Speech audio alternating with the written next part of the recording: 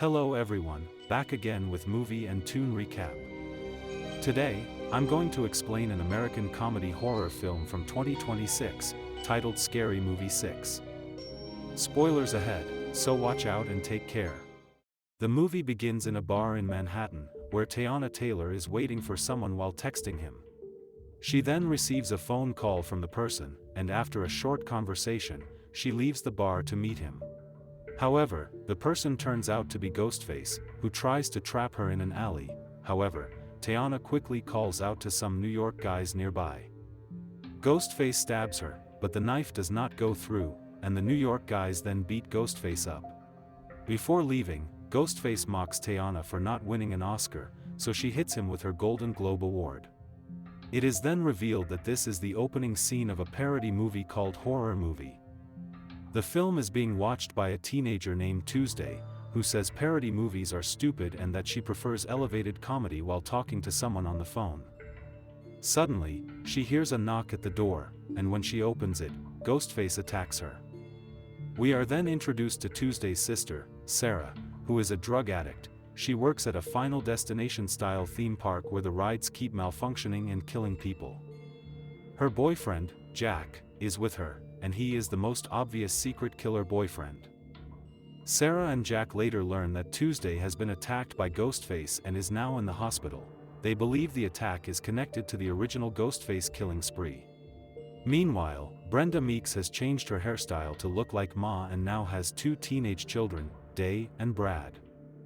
Day is very woke, while Brad is dating Val. Brenda thinks Val is a prostitute, but Brad says she is simply sex positive. At the same time, the town's sheriff, Greg Phillip, takes his transgender son, Jess, to school, and they have a brief conversation. Meanwhile, Sarah and Jack visit Sarah and Tuesday's mother, Cindy Campbell, who now lives alone and stays hidden because she is always preparing for the day a killer returns. Sarah has a difficult relationship with Cindy because she was not a good mother. One example was when Cindy took her to see a mall Santa who frightened Sarah and the other children by giving them severed body parts. Sarah and Jack ask Cindy to help them prepare for Ghostface's return, but Cindy refuses without any reason. Back at the high school, Tuesday's friends are talking about Ghostface's return, and they are later joined by Shorty, who is the uncle of Day and Brad. Jess then tells everyone that Tuesday has woken up after surviving the attack, and the friends head to the hospital to visit her. Meanwhile, Ray Wilkins arrives at a church to speak to his wife, Brenda, and the entire congregation. He announces that he is no longer gay, even though he describes many parts of gay culture in great detail, and despite this, everyone believes him anyway. Meanwhile, Sarah and Jack visit Tuesday at the hospital, where she is being treated by Nurse Ratched. When they are alone, Tuesday admits that she is scared now that Ghostface has returned, but Sarah comforts her and promises to protect her. However, their touching moment quickly becomes awkward when Sarah accidentally causes Tuesday a lot of pain because of her clumsy actions. While in the bathroom, Sarah receives a phone call from Ghostface, and the killer suddenly appears and chases her. Ghostface tries to attack, but Nurse Ratched knocks the killer unconscious with a lunch tray. Later, it is shown that Jack has a bruise on his face, making it seem he was the Ghostface who was knocked out. Sarah and Jack then visit Duffy Gilmore, the former sheriff and the original Ghostface. He now lives alone, is extremely paranoid about COVID, and has gone back to acting like his mentally disabled old self. Sarah and Jack ask Duffy to help them find the new killer. At first, he refuses, but he changes his mind after Jack tells him that the COVID pandemic ended 2 years ago. The three of them then go to Brenda's house, where they meet Jess, Brad, Day, and Val. Cindy also arrives after changing her mind. She happily reunites with Brenda and Shorty after being away for a long time, and they share a warm hug. During a casual conversation about her past, Brenda pulls out a gun and accidentally shoots a delivery man.